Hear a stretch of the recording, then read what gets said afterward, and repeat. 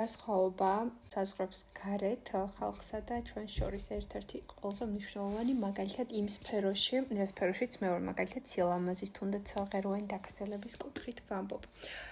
როდესაც სხვა ადამიანები, ვინც თქვა ჩვენ ქვეყანაში არ ცხოვრობენ, დებენ კონტენტს, იღებენ ასეთ ვიდეოებს, რჩევებს, თუნდაც მათი ყოველდღიური სამუშაო პროცესის შესახებ, მომხმარებლების შესახებ და ასე შემდეგ.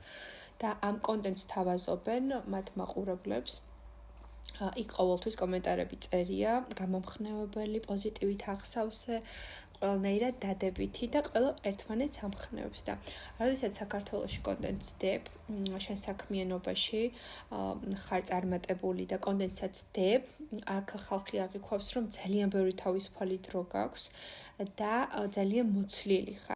შესაბამისად მივდივართ იმ დასკვნამდე, რომ აქ უკვე პრობლემა თვითონ ხალხშია. ყველაფერს, ყველანაირ ნაბიჯს, რატომღაც ხალხი აღიქვამს უარყოფითი კონტექსტით. რატომ ხდება ეს მაინც და მაინც ჩვენთან.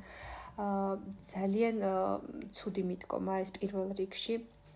შესაძლოა ადამიანს ყავს ჯგუფი დაქირავებული და მათი საშუალებით ხდება ხო ამ კონტენტის ასე ვთქვათ დადება, წარმოება და ასე შემდეგ, მაგრამ არიან ხალხი და უმეტესობა, ვინც ამ ყველაფერს საკუთარი ნერვების, ძილის და სხვადასხვა რაღაცეების დროის ხარჯზე აკეთებენ და იმ საქმიანობას დამატებით კიდევ იმატებენ.